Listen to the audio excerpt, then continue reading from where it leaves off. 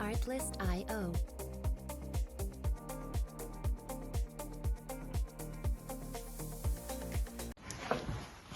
Voilà, donc on va voir l'étude du mouvement mécanique. Et ben, ça ne va pas se passer comme un cours, hein. Ça ne sera pas un cours, juste quelques petites définitions et on passe aux exercices. Ça ne sera vraiment pas comme un cours. Voilà quoi. Donc, lorsqu'on parle de mouvement, déjà, c'est voilà, il y a plus d'expressions orales. Lorsqu'on parle de mouvement, c'est le déplacement d'un corps d'un point A à un point B. Donc, si j'ai un corps ici, voilà, et tout d'un coup, il va se retrouver là. Donc, il va faire cette distance-là, d'un point A à un point B, ce qu'on appelle déjà un mouvement. Voilà, donc là, on a déjà un mouvement. Donc, quels sont les paramètres qui rentrent en compte? On a la distance, c'est très important. La distance, voilà, on a la durée. La durée, combien de temps a-t-il fait pour quitter de A à B et quelle distance a-t-il parcouru de A à B? Alors, il y a aussi des contraintes, hein? Il y a aussi des contraintes qu'il a pu rencontrer en route, des obstacles, etc. Et c'est un peu ça. Pourquoi je prends ces paramètres ici, distance et durée? Parce que ces paramètres vont nous aider dans la suite et c'est déjà très important de retenir ça. Alors en seconde, on a parlé d'un repère. Alors si on ne connaît pas la définition d'un repère, juste très rapidement, ce qu'on repère. Un repère, c'est un système qui permet de déterminer la position d'un mobile dans l'espace, tout simplement. C'est ça un repère, un système permettant de déterminer la position d'un mobile dans l'espace. On a le repère de la position d'un mobile, tout simplement. Donc on a le repère d'espace, voilà. Le repère d'espace, il permet de déterminer la position d'un mobile dans l'espace. Le repère de temps, il permet de déterminer la position d'un mobile dans le temps. Voilà. On a encore quoi? On a aussi... voilà, c'est un peu ça, c'est tout ce qu'on peut dire.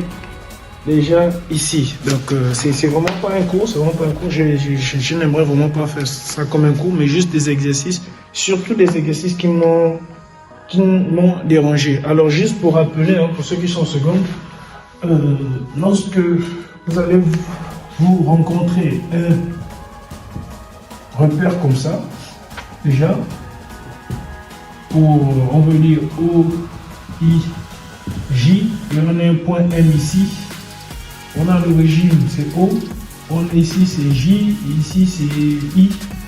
Donc c'est un peu ça les coordonnées de O, c'est O, M, qui est encore égal à X, I plus Y, G. Donc voici un peu les coordonnées de M. Voilà. Donc on peut aussi déjà exprimer les coordonnées de M en fonction du temps. Donc c'est un peu ce que... C'est ça un repère de temps, c'est déterminer la position des mobiles dans le temps. Mais l'expression de ces coordonnées en fonction du temps aussi, on peut dire que OM égale à quoi? Égale à XT plus YT. Ou on peut encore dire que OM, ça c'est très important, j'aime ça, c'est XT plus Y. Ça c'est très important. Donc voici un peu, donc là ici on a un repère, c'est dans un plan, voilà. Les coordonnées d'un plan ici, on a un repère de temps. Voilà, on détermine la position du mobile dans le temps. Et bien, vous pouvez m'écrire en commentaire si vous avez des difficultés au niveau d'un exercice. Ça va vraiment nous aider. Voilà. C'est un peu ça. Mais sinon, il n'y a pas grand chose à retenir. Je n'aimerais vraiment pas faire ça comme un cours, juste les exercices. Alors, pour ceux qui ne le savent pas, la trajectoire d'un mobile, c'est la courbe décrite par un corps lorsqu'il se déplace, ou bien la trajectoire d'un mobile, c'est l'ensemble des positions successives que ce dernier va occuper dans l'espace et dans le temps. Voilà. Donc l'ensemble des positions successives que le mobile occupe. Et en termes de définition, déjà, on a ceci. Donc, on va passer à du concret. Alors, on va continuer avec la vitesse. C'est ce que j'aime bien, vitesse. Vitesse. Alors, lors de la première vidéo, on avait dit qu'un mouvement, c'est le déplacement d'un mobile d'un point A à un point B. C'est ce qu'on appelle le mouvement. Et le mouvement prend en compte la distance déjà, la distance, et le mouvement prend en compte la durée. C'est très important. Et c'est là où intervient le mot vitesse, ou le terme vitesse. C'est quoi la vitesse? La vitesse d'un mobile, c'est la distance parcourue par ce dernier par unité de temps, en fonction du temps. Bon, j'écris mal, hein, désolé. Mais c'est quoi la vitesse? La vitesse que je vais noter V, c'est égal à la distance parcourue c'est D sur le temps, sur T. C'est bon? La même vitesse, c'est encore égal à L sur T. C'est bon? Donc, si je décide de décomposer cette expression, exemple, je vais prendre ce cas-ci, je vais prendre une ligne et on va définir, en tout cas plus tard, on va définir un peu, si je prends une trajectoire rectiligne, ça c'est rectiligne, une ligne, et je prends un point ici, X, que je vais appeler X0, et je prends encore un autre point ici, X, que je vais appeler X1. Alors, le mobile, ici, le mobile quitte T0, ici X0, à un temps T0. C'est bon? Et il arrive à X1, un temps T1. On me demande de calculer la vitesse de ce mobile-là. Donc, c'est quoi la vitesse? La distance parcourue par unité de temps. C'est la distance parcourue sur le temps. Donc, comment faire pour trouver cette vitesse avec l'expression que l'on a? Eh bien, c'est la variation de la distance. C'est-à-dire, ici, je mettrai, c'est encore égal à x1, donc la finalité, moins l'origine, moins x0 sur t1 moins t0. Donc voilà un peu, c'est la variation de vitesse par la variation sur la variation du temps. Voilà, c'est très important ça parce que vous allez rencontrer ça en première. Cette expression, elle est très importante. Parce que vous allez rencontrer ça en première. Vous allez beaucoup utiliser ça. On va transformer ça encore dans un autre terme très important. Donc voilà un peu la notion de vitesse. On a ceci et ça va nous donner naissance à une grande définition qu'on appelle la vitesse moyenne. Donc la vitesse moyenne déjà c'est ce que je viens de vous dire. Donc c'est la vitesse parcourue ou c'est la distance parcourue par unité de temps, par le temps. Et la vitesse c'est l'unité de la vitesse, c'est le mètre par seconde. C'est ça l'unité de la vitesse, le mètre par seconde. Mais on peut avoir les dérivés. Kilomètres par heure, mètre par heure, etc. On peut vraiment avoir des dérivés. Alors, ici, vu qu'on a la vitesse moyenne, on va essayer d'exploiter cette expression-là. Alors, je vais garder que celle-ci, c'est-à-dire que j'ai ma vitesse, mon V, c'est égal à quoi? C'est égal à D. Bon, je vais mettre L, L sur T. C'est encore égal à X1, X0, T1, moins T0. Alors, je vais essayer d'exploiter ça avant d'essayer de mettre quelques contraintes. Alors, j'ai ma vitesse déjà qui est égale à X1 moins X0 sur T1 moins T0. Ça implique ici que mon X1 moins mon X0 c'est égal à mon V multiplié par la variation du temps, c'est-à-dire multiplié par T1 moins T0. Voilà. Et ça on en déduit que la distance, c'est-à-dire l'arrivée, c'est X1 égale à V, la vitesse, multipliée par la variation du temps, c'est-à-dire T1 moins T0 plus X0. Alors, ça c'est une très belle équation, c'est l'équation du mouvement. Que veut dire tout ça? Alors, la vitesse s'exprime comme étant la distance sur le temps. Ça c'est la vitesse, c'est bon? Alors, on a pris un exemple. On a dit dans notre exemple que, imaginons qu'on ait une ligne. On a dit ça, imaginez qu'on ait une ligne, et sur cette ligne-là, en un point, sur cette ligne-là, on a X0 déjà, et ici on va prendre X1. Donc c'est-à-dire que j'ai mon mobile. J'ai mon mobile. C'est quoi un mobile? C'est l'objet, voilà l'objet qui nous permet d'étudier le mouvement. C'est celui-là est un mobile. Alors j'ai mon mobile qui va partir de X0 à X1. Retenons ceci. X0 ne veut pas forcément dire que le mouvement est égal à 0 ici, c'est faux. Il peut avoir parcouru une certaine distance et arriver à cet endroit-là, on appelle ça X0. C'est-à-dire, il peut avoir parcouru 300 km.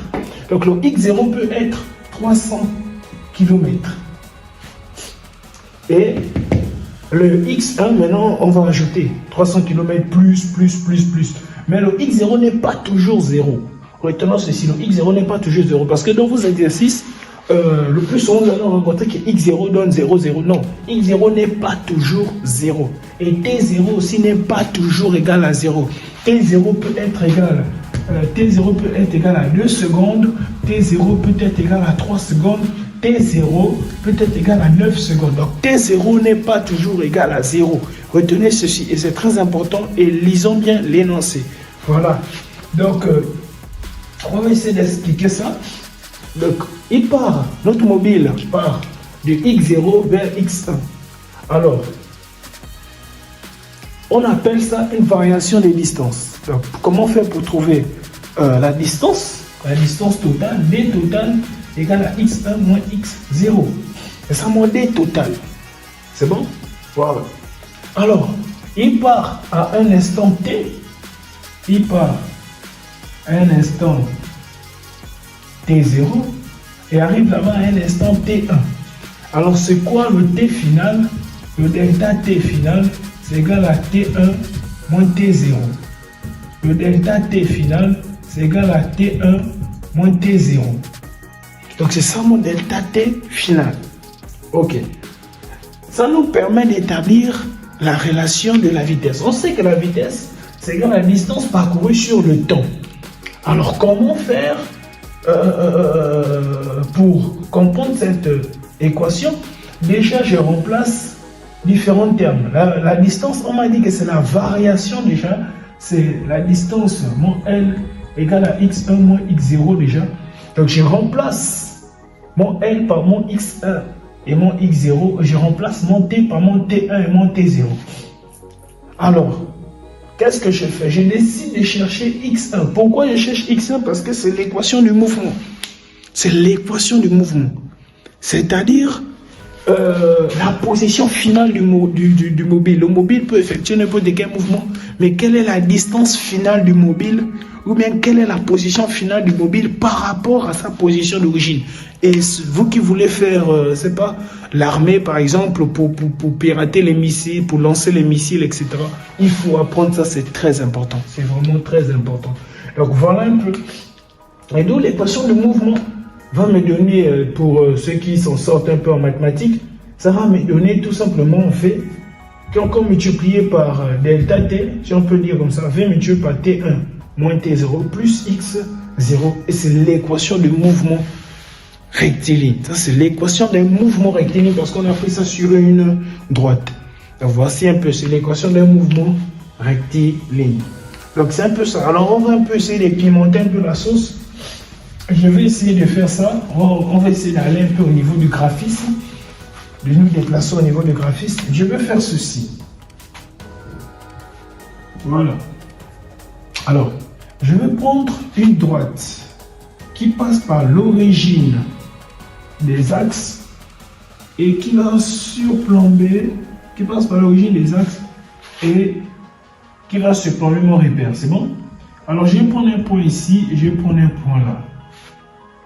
C'est-à-dire qu'on voit la trajectoire. C'est ça la trajectoire. L'ensemble de positions successives occupées par mon point au cours du temps. L'ensemble des positions successives occupées par mon point lorsqu'il se déplace. Voilà, c'est bon. Et là, on me demande par exemple, ici, ça je mets O, ici je mets I, ici je mets J par exemple. On me demande ici de déterminer, et ça vous allez le voir, on me demande de déterminer la vitesse ici. Alors déjà, comment faire pour déterminer la vitesse ici? Je vais prendre, imaginons que c'est mon point M qui se déplace, hein. Mon point M qui se déplace. Alors, comment faire pour calculer la vitesse? Déjà, je vais prendre deux points. Je choisis deux points. Et ici, c'est quoi? Qu'est-ce qu'on exprime en fonction des points? Ici, c'est le temps. Donc, l'axe des abscisses, je le représente par le temps. Le temps. Et l'axe des ordonnées, c'est voilà, c'est l'ensemble des positions en question. C'est la distance, c'est les X, les Y, etc. Alors, ici, j'ai l'ensemble de positions que mon mobile a occupé au cours du temps et dans l'espace. Alors, comment faire déjà pour trouver ma vitesse ou quand on me demande la vitesse, delta V. On va nommer cette vitesse, on va voir qui est véritablement cette vitesse. On va le nommer. Alors, comment faire pour trouver la vitesse en question? Donc, je projette ça sur mon axe des X. Je projette quoi? Une position au hasard que j'ai choisie sur l'axe des X. Et sur l'axe des Y également. Je prends encore une deuxième position que je projette sur l'axe des X et sur l'axe des Y.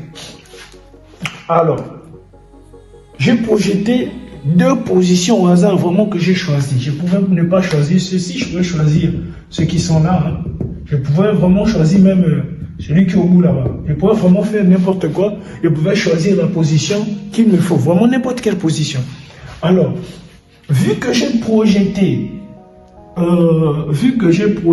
ici cette position-là sur l'axe des Y, et que représente l'axe des Y? Ça représente la distance en fait. Vu que j'ai projeté la position de mon mobile sur l'axe des Y, qui est la distance. Et regardez quelque chose.